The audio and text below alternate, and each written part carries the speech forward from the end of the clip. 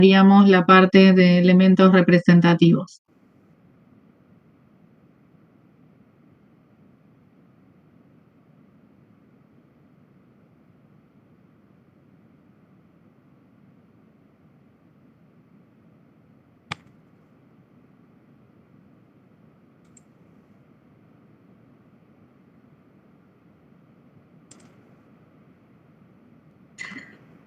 Bueno, con respecto al grupo 17, vamos a ver que algunas características y reacciones que vamos a presentar hoy se van a repetir o ya las vimos en otros grupos anteriores cuando veíamos la reacción de otros elementos con los halógenos. ¿Sí? El grupo 17, entonces son los halógenos, flúor, cloro, bromo y yodo, y astato, que no tiene mucha importancia. Los que más importancia tienen son del flúor al yodo, que son a los que nos vamos a referir.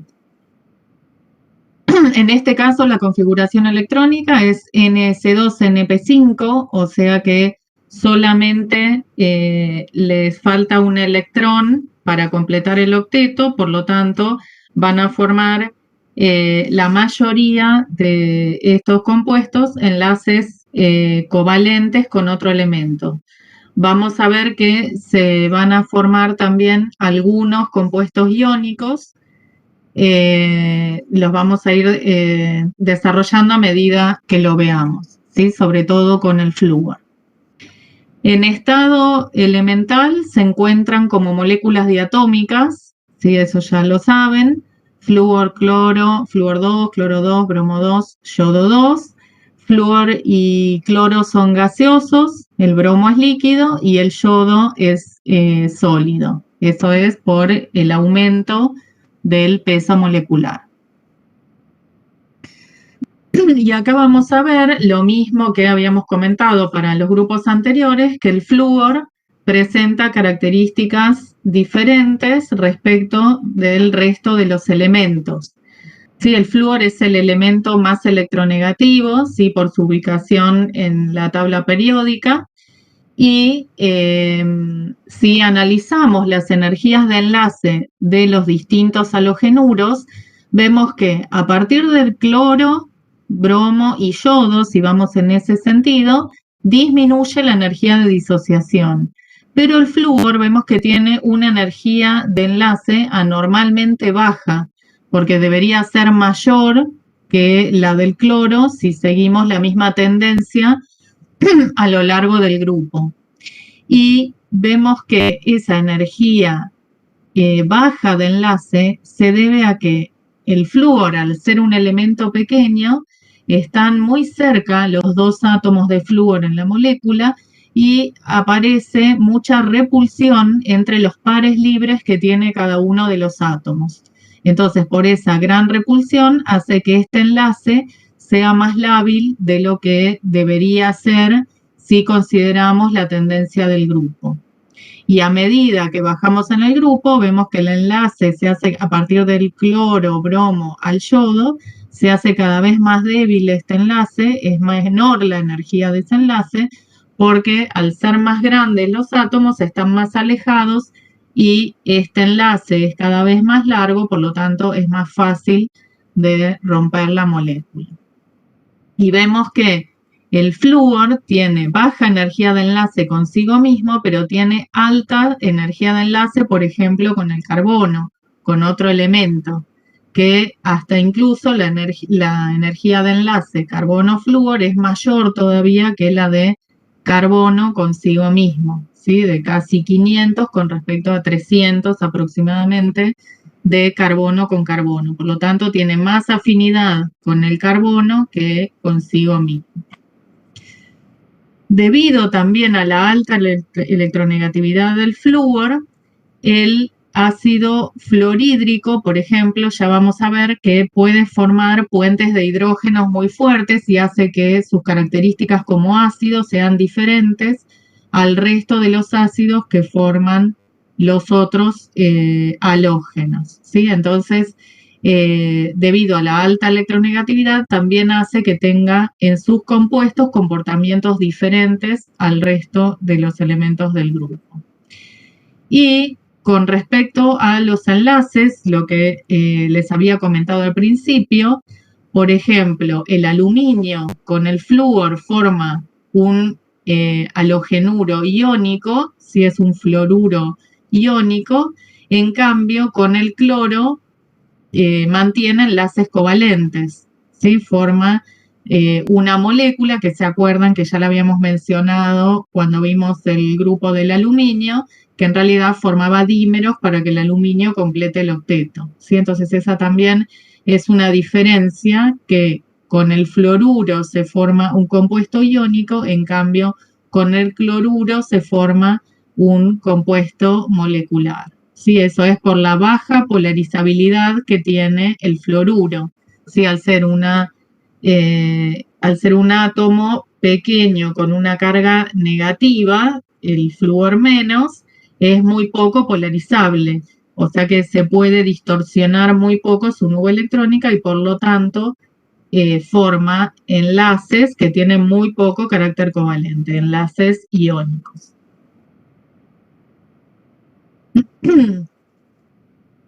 El flúor es muy reactivo, o sea, tiene mucha tendencia a reducirse. Si analizamos el potencial para pasar de flúor a fluoruro, a reducirse, vemos que tiene un potencial muy grande, de 2,87 volts. Y si lo comparamos con el cloro también tiene mucha tendencia a reducirse, o sea, también es muy reactivo, pero menos que el flúor.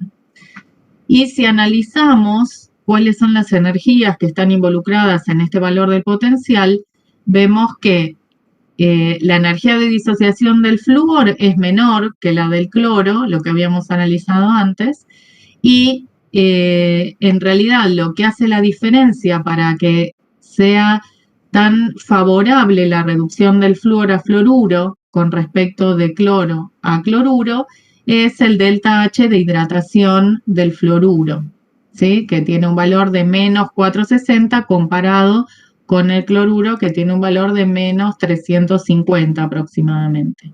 Y eso es también por la capacidad del fluoruro de formar puentes de hidrógeno con el agua y de esa manera tener un valor muy exotérmico de energía de hidratación. Y en esta tabla hay listadas también otras diferencias con respecto del flúor, con respecto a el resto de los halógenos. ¿Sí? Por ejemplo, la reacción con el agua del flúor libera oxígeno, ¿sí? Oxida al agua liberando oxígeno. En cambio, los otros halógenos se disuelven en agua. Ya vamos a ver ahora más adelante cómo es la reacción, ¿sí? En general, queda una gran proporción del gas disuelto en agua. Por ejemplo, se dice agua de cloro o agua de bromo, queda directamente la molécula disuelta en agua. Ya lo vamos a ver más adelante. En medio básico, el resto de los halógenos forman la oxisal, también la vamos a ver más adelante. En cambio, el flúor forma el óxido en frío o en caliente también libera oxígeno. Esto indica la mayor reactividad del flúor, si esto está de acuerdo con lo que dijimos de la mayor reactividad del flúor con respecto al resto de los halógenos. Y con respecto a los números de oxidación que pueden tomar, el flúor forma enlaces covalentes con estado de oxidación, o sea, un enlace covalente, porque no tiene orbitales D disponibles para tomar otros estados de oxidación, ¿sí? Como por ejemplo el resto de los halógenos que tienen estados de oxidación más 1, más 3, más 5 y más 7. Y también lo vamos a ver ahora en detalle más adelante, y se los había comentado, la diferencia del fluoruro de hidrógeno con respecto a los hidruros del resto de los halógenos. el fluoruro de hidrógeno es líquido por la formación de los puentes de hidrógeno, en cambio el resto son gaseosos, y también se comporta como un ácido débil, en cambio el resto son ácidos fuertes. Ahora lo vamos a analizar también en detalle.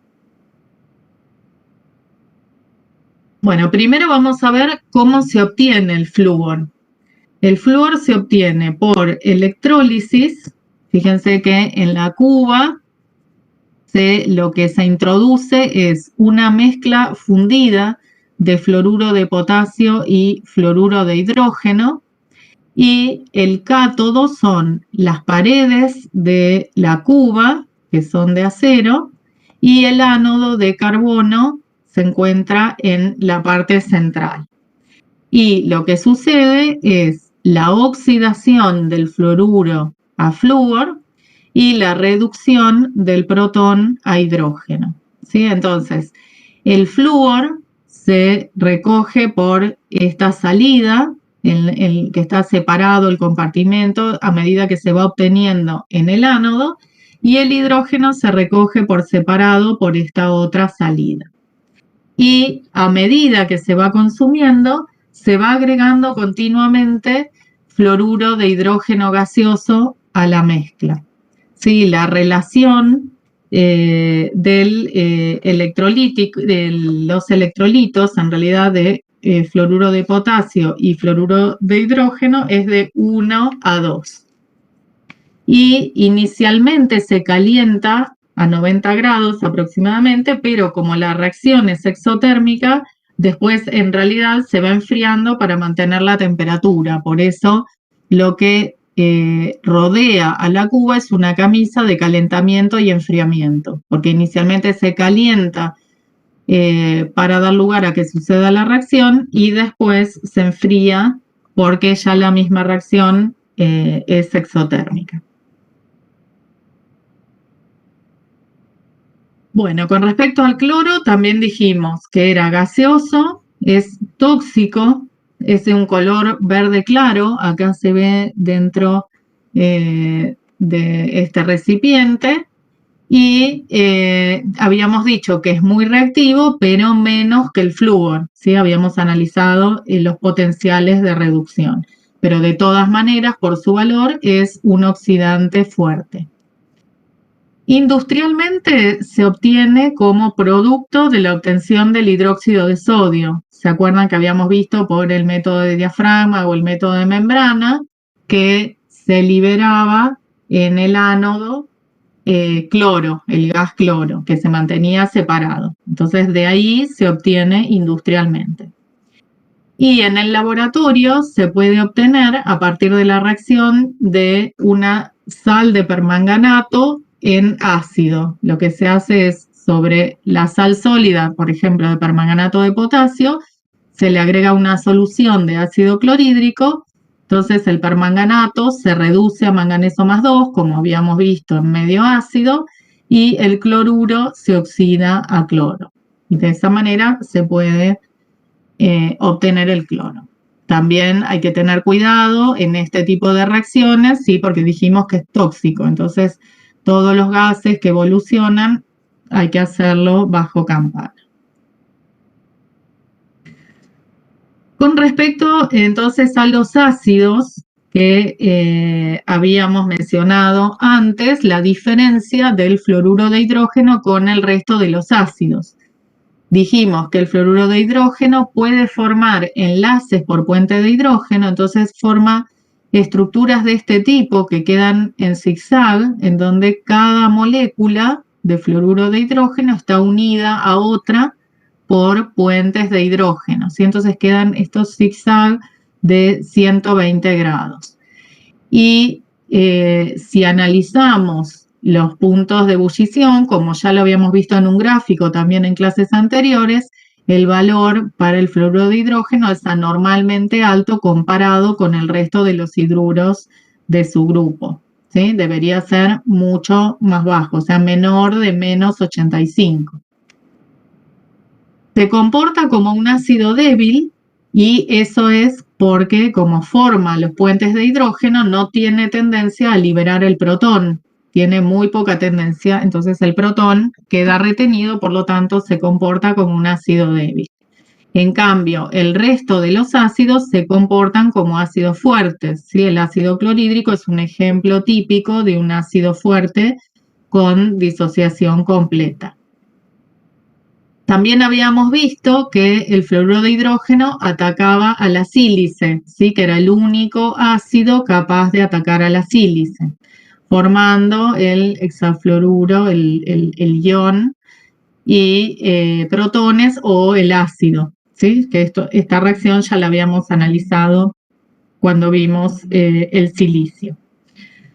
Y con respecto al ácido clorhídrico, también habíamos visto que la reacción del ácido clorhídrico con metales que tengan un potencial de reducción negativo liberaba hidrógeno y oxidaba al metal, ¿sí? Esta reacción también ya la habíamos analizado, las características del ácido clorhídrico.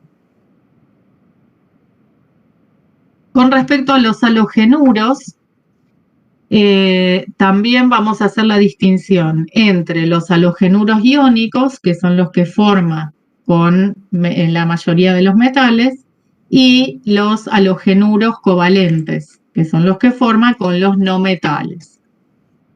Entonces, con respecto a los halogenuros iónicos, se pueden obtener o por reacción, por ejemplo, vamos a ver la formación de los halogenuros de hierro, por reacción del metal directamente con cloro o por reacción del metal con el ácido. Y fíjense que los halogenuros que se obtienen son diferentes. En el primer caso, cuando reacciona con el cloro, se obtiene el halogenuro en donde el hierro está con el mayor estado de oxidación, con un número de oxidación +3. En cambio, cuando reacciona con el ácido clorhídrico, se obtiene el hierro con estado de oxidación +2, ¿sí? Y se libera hidrógeno. ¿Por qué les parece que reacciona diferente y con el cloro se llega al mayor estado de oxidación? En cambio, cuando reacciona con el ácido clorhídrico se llega al menor estado de oxidación. ¿Qué les parece?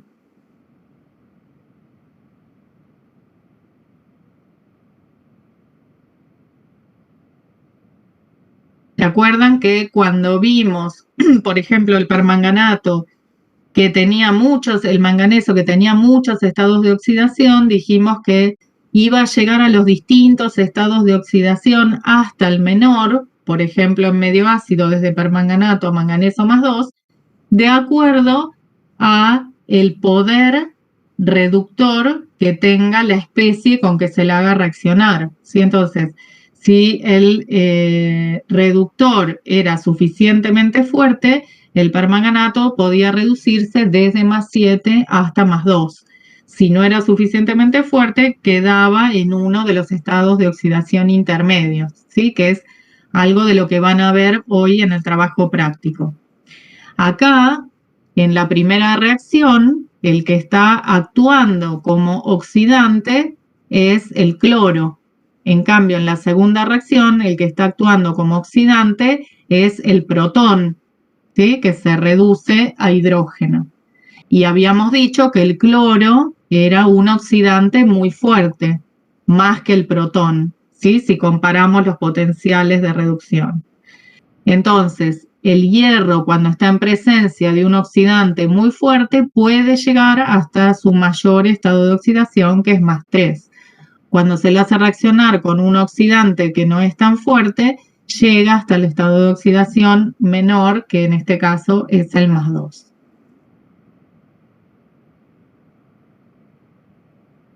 Bien. ¿Qué pasa con el yoduro? El yoduro, en realidad, si analizamos los potenciales de reducción, se comporta como reductor, tiene mucha tendencia a oxidarse a yodo. Entonces, no se pueden preparar todos los yoduros con el estado de oxidación más alto del metal. ¿Por qué? Porque si quisiéramos preparar yoduro de cobre +2 y hacemos reaccionar una sal de cobre +2 con un yoduro, en realidad lo que va a pasar es que el yoduro, por su poder reductor, reduce al cobre más 2 a cobre más y el yoduro se oxida a yodo. Entonces lo que obtenemos es el yoduro, pero el metal con el menor estado de oxidación. Entonces no existe el yoduro de cobre 2. El que existe es el yoduro de cobre 1, porque cuando se intenta obtener este compuesto, por reacción del cobre más 2 con el yoduro, el cobre más 2 se reduce por acción del yoduro que se oxida al yodo. ¿Sí? Esta reacción también la van a ver en uno de los ejemplos en el práctico del laboratorio.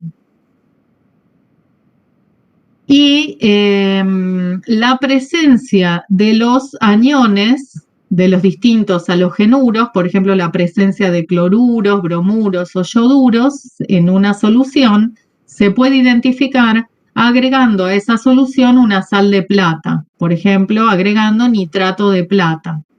Entonces, al agregar esa sal de plata, esos halogenuros van a precipitar como cloruro de plata, bromuro de plata o yoduro de plata, ¿sí? Que tienen distinta coloración. El de plata el cloruro es de color blanco, bromuro de color crema y el yoduro de plata de color amarillo.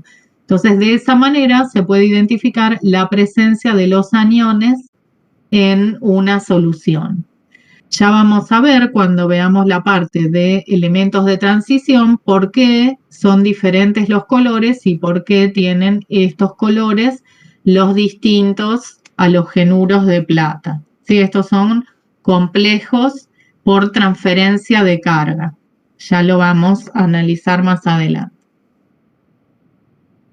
Y con respecto a los halogenuros covalentes, también habíamos visto algunos ejemplos, como el del fósforo, que ya habíamos analizado estas reacciones, que se obtenía el cloruro con estado de oxidación más 5 o más 3, si había exceso de cloro o deficiencia de cloro.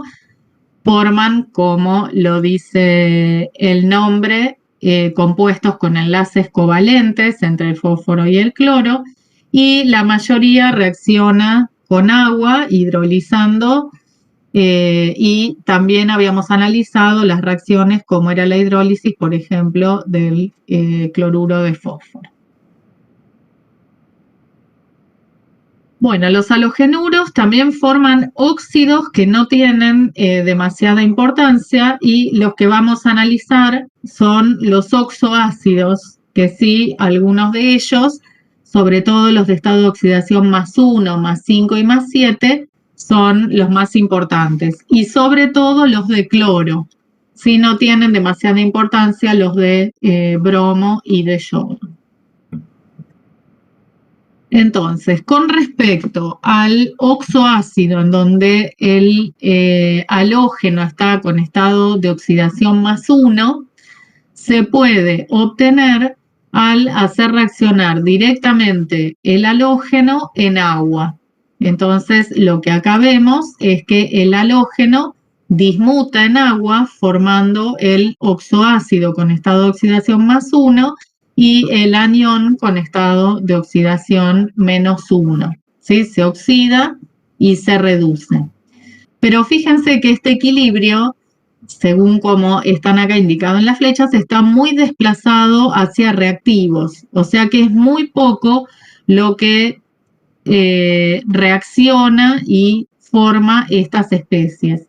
La mayoría, como decíamos al principio cuando analizamos la tabla, se encuentran con los halógenos disueltos en agua. Entonces se dice que se tiene, por ejemplo, agua de cloro o agua de bromo, porque la mayoría queda como la molécula diatómica y muy poco disociado, formando el ácido y el anión con carga menos 1.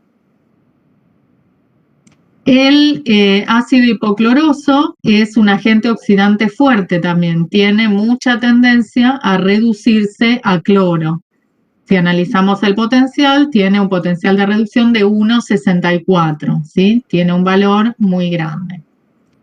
Y la sal más importante, que es el hipoclorito de sodio, que se usa como blanqueador, como desinfectante, se puede obtener por la electrólisis de una solución de cloruro de sodio, permitiendo que se mezclen los productos. ¿Sí? ¿A qué les hace acordar la electrólisis de una solución de cloruro de sodio? ¿Para qué se utilizaba? ¿Qué se obtenía a partir de la electrólisis de una solución de cloruro de sodio?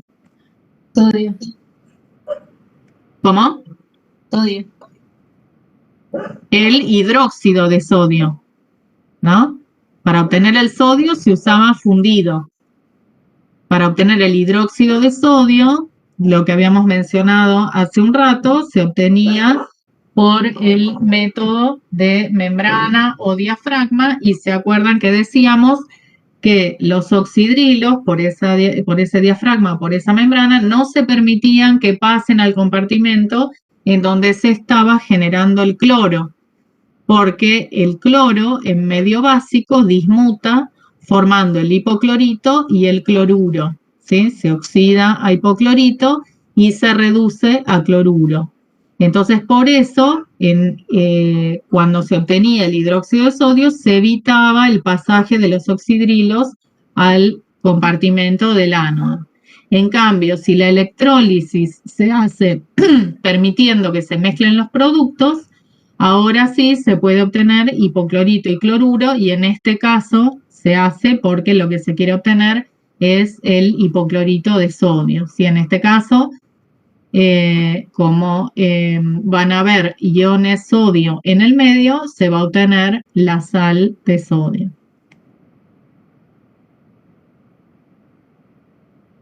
Para el caso de los oxoácidos, en donde el halógeno está con estado de oxidación +5, estos oxoácidos son ácidos fuertes, ¿sí? Fíjense que si volvemos acá y analizamos la acidez de los distintos oxoácidos, cómo va variando la acidez, aumenta a medida que aumenta el estado de oxidación. O lo mismo que seguramente lo analizaron en Química General 2, aumenta a medida que aumenta la cantidad de oxígenos que hay en la molécula. ¿Sí? Y esto se podía explicar porque se pueden plantear más estructuras de resonancia. Entonces, al poder plantear más estructuras de resonancia, si analizamos el anión, por ejemplo, el perclorato, el cloro 4-, a esa especie se pueden plantear 4 estructuras de resonancia, por lo tanto, tiene mucha tendencia a perder el protón. En cambio, el ácido hipocloroso es un ácido débil. Entonces, por eso, acá decimos que el oxoácido con estado de oxidación +5 es un ácido fuerte. Ya vamos a ver que con estado de oxidación +7 es todavía más fuerte que el ácido clórico. Y también si se encuentra en una solución concentrada, es un oxidante fuerte. ¿Sí? Puede oxidar el sulfito al sulfato y se reduce a cloruro en el caso del clorato, y en el caso del yodato oxida al yoduro a yodo, y también el yodato se reduce a yodo. ¿Sí? Las dos especies llegan al estado de oxidación 0. Y para obtener este ácido se puede obtener a partir de una sal, como en este caso clorato de bario, en medio ácido, y si lo que utilizamos es ácido sulfúrico, se obtiene la sal, en este caso sulfato de bario, y el ácido, el oxoácido. Y para obtener el clorato de sodio, la sal de sodio se obtiene también por electrólisis de una solución de cloruro de sodio, permitiendo que se mezclen los productos, pero aumentando la temperatura a 70 grados. Entonces, cuando se aumenta la temperatura, el cloro en medio básico también dismuta, pero ahora dismuta a clorato y a cloruro, ¿sí? ¿Se acuerdan que habíamos visto que cuando está frío dismuta a hipoclorito y a cloruro, pero en el caso que esté caliente dismuta a clorato y a cloruro. Y el oxoácido con el mayor estado de oxidación es el ácido perclórico, que este es un ácido fuerte y además es un oxidante muy fuerte. Por lo tanto, también hay que tratarlo con precaución. Y es un oxidante tan fuerte que al ponerlo en contacto, por ejemplo, con papel o con madera, con cualquier materia orgánica, enseguida se enciende, ¿sí? Y forma llama. Entonces, por eso hay que tener cuidado. Y las sales de perclorato, por ejemplo, el perclorato de amonio, se usa como combustible para los cohetes, como combustible sólido, y el perclorato de potasio se utiliza también para fabricar fuegos artificiales, luces de bengala, justamente por su gran poder oxidante. Y los halógenos también forman toda una serie de compuestos que se llaman interhalogenados, o sea, compuestos entre los halógenos. Y fíjense que si se analizan los distintos compuestos que se pueden formar, se ve que dependiendo de, siempre hay uno de los halógenos que es el átomo central y el resto se acomodan en la esfera de coordinación como ligandos. Entonces, a medida que aumenta el tamaño del halógeno central, se puede rodear cada vez de mayor cantidad de ligandos y sobre todo con el flúor. Por ejemplo, el cloro y el bromo pueden rodearse hasta de 5 átomos de flúor, en cambio, cuando el yodo es el átomo central, se puede rodear de hasta 7 átomos de flúor. ¿Sí? Con cloro, el yodo puede llegar a formar esta especie también, además de rodearse de un cloro cada uno, de formar solamente la molécula lineal.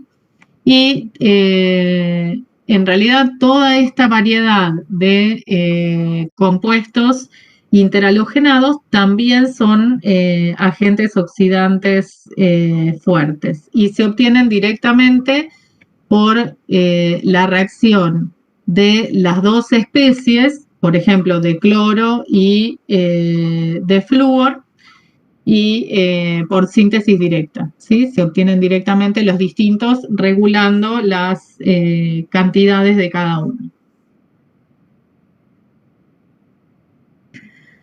Bueno, eso con respecto a los elementos del grupo 17. Vieron que varias de las reacciones y varios de los comportamientos que analizamos ya lo habíamos visto en los otros grupos, ¿sí?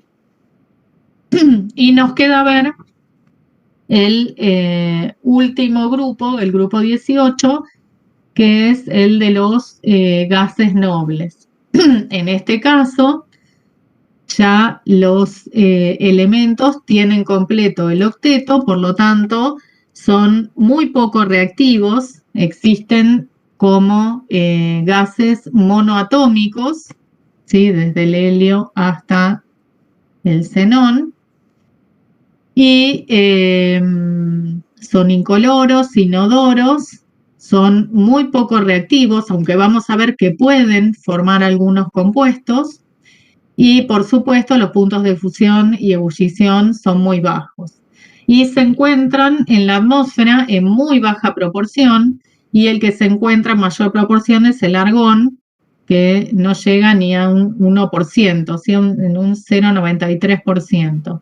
¿Se acuerdan que lo habíamos mencionado también cuando vimos la obtención de nitrógeno y oxígeno del aire, que se encontraba también presente el argón, aunque en baja proporción, y cómo se separaba por destilación fraccionada? De los gases nobles, los que tienen aplicaciones son el helio, el argón y el neón.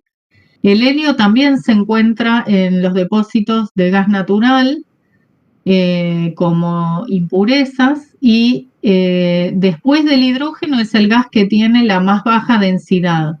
Entonces por eso se usa, por ejemplo, para inflar globos. También se usa en mezcla de gases cuando se usan los tubos para sumergirse debajo del mar en reemplazo del nitrógeno, porque el nitrógeno tiene más afinidad por la sangre, es más soluble en la sangre, entonces por eso se utiliza el helio en reemplazo del nitrógeno y también para enfriar aparatos a bajas temperaturas. Y el resto de los gases nobles, bueno, como les dije, se obtiene como subproducto de la separación de la destilación fraccionada del aire. Y el argón, sobre todo, se utiliza como el nitrógeno, como atmósfera inerte para distintas reacciones. ¿Sí? Si se tienen que realizar distintas reacciones en el laboratorio sin presencia de oxígeno, se utiliza en general argón o nitrógeno como atmósfera inerte. Y el neón se utiliza para los letreros luminosos, ¿sí? Que tiene la coloración roja característica de la luz roja de los letreros que justamente se llaman letreros de neón. Con respecto a los compuestos que pueden formar, porque en general se dice que los gases nobles no son reactivos y no forman compuestos con elementos muy electronegativos, por ejemplo, con el flúor y con oxígeno, y los compuestos que se obtuvieron son a base de xenón. En un primer momento, lo que se obtuvieron fueron lo que se llamaron los claratos, que primero se pensaron que eran compuestos, pero después se dieron cuenta que no eran compuestos los que se formaban. Lo que se hacía era disolver el xenón, en este caso el gas, en agua. Una vez que estaba disuelto, se enfría el agua por debajo del punto de congelación, o sea, por debajo de 0 grados.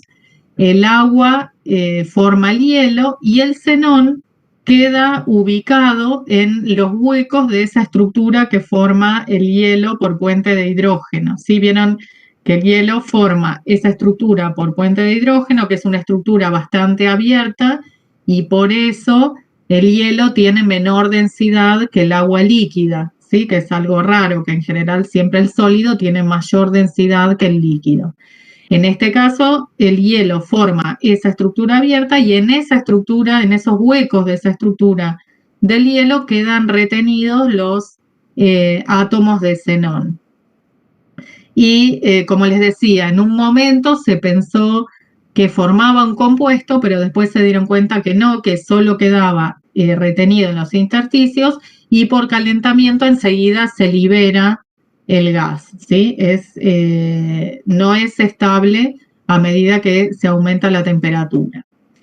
Pero después sí se obtuvieron distintos compuestos, como les decía, fluoruros, óxidos o mezclas de oxígenos y fluoruros, compensando la carga positiva del xenón, que toma estados de oxidación desde +2 hasta +8. Y vamos a ver entonces algunas características de estos compuestos y cómo se pueden obtener. Los fluoruros se obtienen, como vimos acá, con estados de oxidación +2, +4 y +6. Y se obtienen cada uno de ellos por reacción del gas con el halógeno, y se les da una descarga eléctrica y se obtiene cada uno de ellos dependiendo de la relación estequiométrica entre el gas y el halógeno y también de la presión y de la temperatura. Acá abajo tienen representadas las estructuras de Lewis de cada uno de estos fluoruros. Y si analizamos las energías Acá vemos que está representado para obtener el xenón con estado de oxidación +4.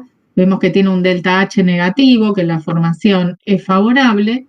Y si analizamos cuáles son las energías que permiten que este compuesto se forme, es, por un lado, la baja energía de disociación del flúor, que ya lo habíamos comentado.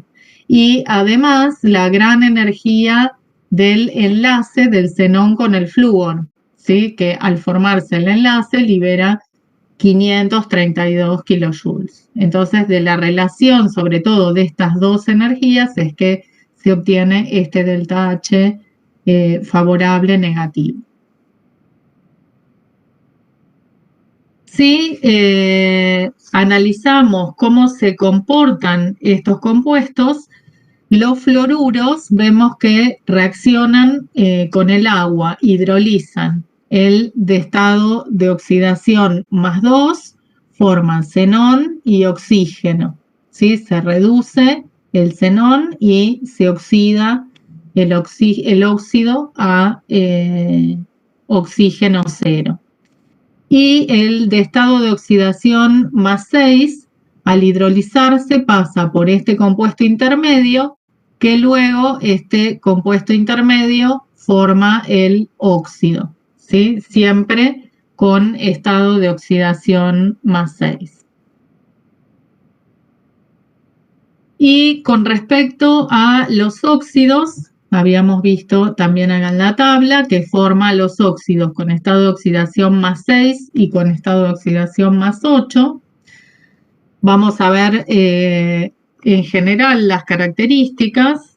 El óxido con estado de oxidación +6 es sólido, en cambio con estado de oxidación +8 es gaseoso, ¿sí? Y esto es porque esta molécula es no polar, por eso es gaseoso. Y los dos son explosivos, ¿sí? No son muy estables, y el óxido de xenón con estado de oxidación +6 es un oxidante muy fuerte, ¿sí? En medio básico forma este complejo y que sigue estando con estado de oxidación +6, pero luego este compuesto no es estable porque en medio básico dismuta desde el estado de oxidación +6 a esta especie que es el perxenato, estado de oxidación +8, y el xenón en estado de oxidación 0, ¿sí? Entonces, directamente se obtiene esta especie con el mayor estado de oxidación, que esta especie, el perxenato, es el agente más oxidante que se conoce. ¿Se acuerdan que habíamos dicho que, por ejemplo, tanto el permanganato como el dicromato eran los oxidantes más fuertes que habíamos nombrado, ¿sí? Que tienen mucha tendencia a reducirse?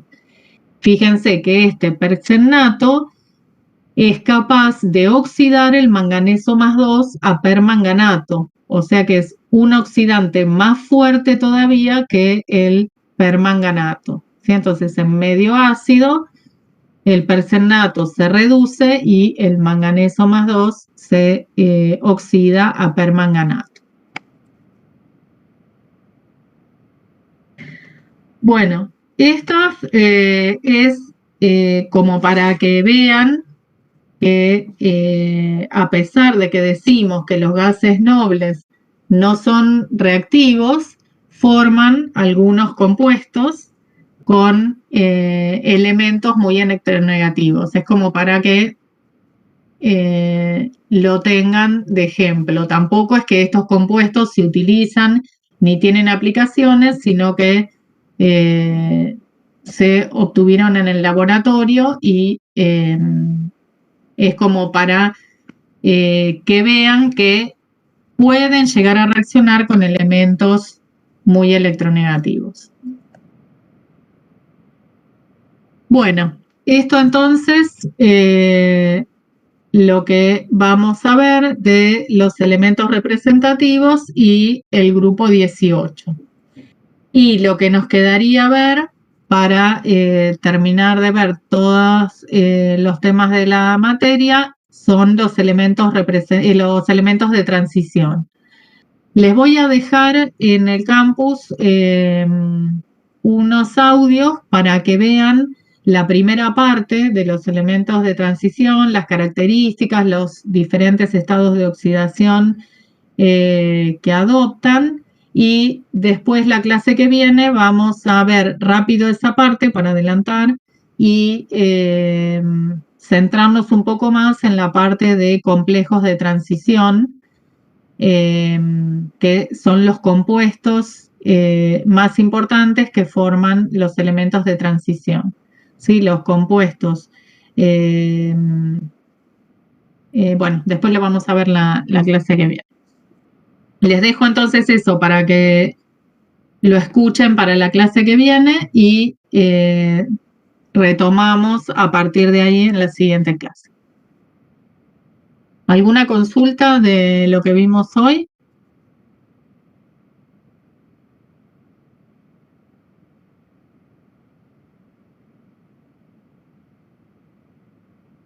Profe, ahí Nelson Sí. te puso una pregunta por el chat. Ah, a ver.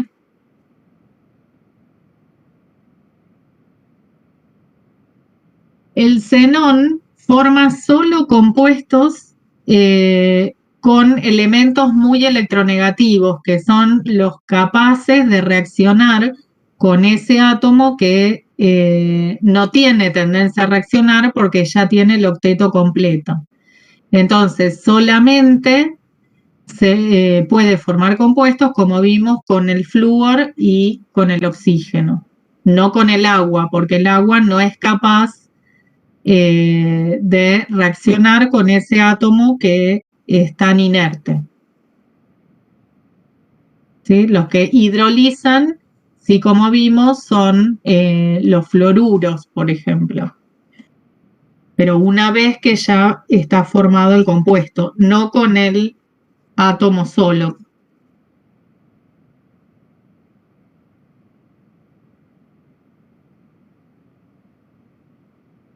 De nada.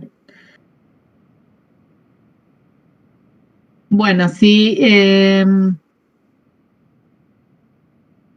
tómense estos 10 minutos antes de que empiece el práctico. No sé si tuvieron tiempo de plantear las reacciones para poder aprovechar lo que van a ver ahora en el práctico. Van a ver que varias de las reacciones que van a ver las vimos en la teoría. Yo les estuve remarcando algunas, por ejemplo, la reacción del sodio, la reacción de la obtención del dióxido de carbono.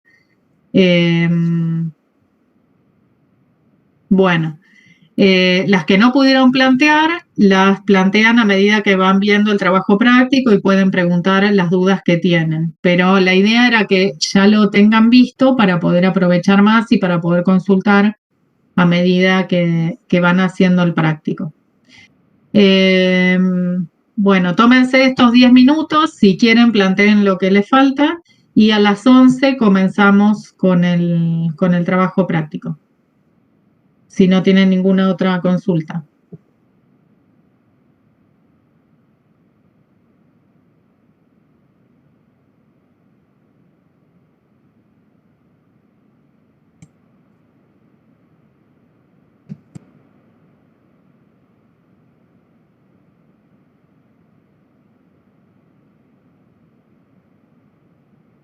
No, se pueden quedar, o el que quiere salir sale y vuelve a entrar a las 11, o se pueden quedar.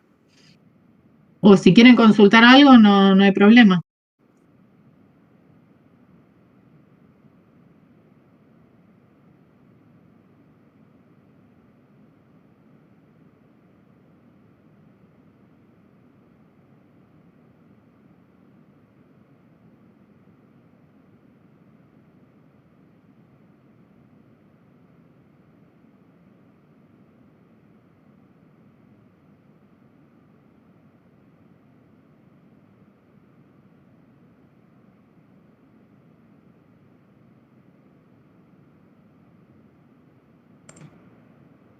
Sí, pueden consultar.